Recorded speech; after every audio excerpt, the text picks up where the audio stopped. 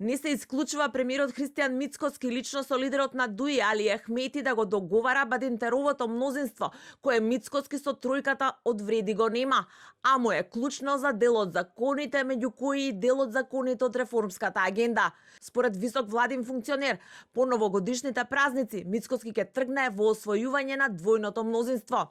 Во јануари сериозно ќе се ангажираме за да обезбедиме Бадентер за избор на народниот правобранител, но и за сите закони за кои треба двојно мнозинство, за да не добиеме непотребно забелешки од ЕУ. Дали лидерот Христијан Мицкоски ќе се сретне со лидерот на ДУИ Али Ахмети или преку пратеници ќе разговараме е работа на стратегија. Не исклучуваме да има разговори на лидерско ниво.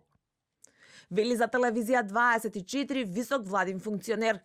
На Мицкоски, освен за избор на народен правобранител, зашто вчера предупреди собранискиот спикер Афрем Гаши, му треба Бадентери за законот за јавната администрација, локалната самоуправа и така натаму. Ахмети минатата недела од Мала Речица порача дека ќе чека покана од политичките лидери, меѓу кои и од премиерот, за да им го презентира неговиот договор за национален напредок на државата, но и идејата за избор на влада со Бадентер и носење на одлуки со Бадентер во Уставниот суд за закони донесени со двојно мнозинство. Со години, земјата се држи како заложник на фиктивни стравови, на имагинарни непријатели и на намерно создадени поларизации, само за да се зачува или за да се освои власта. Овој модел произведе стагнација, недостаток на перспектива и масовна емиграција.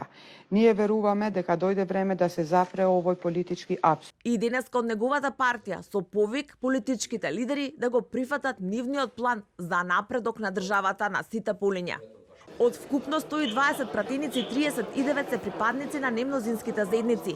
Најбројни, односно 10 и клучни за избор на народен правобранител, се пратениците од ДУИ.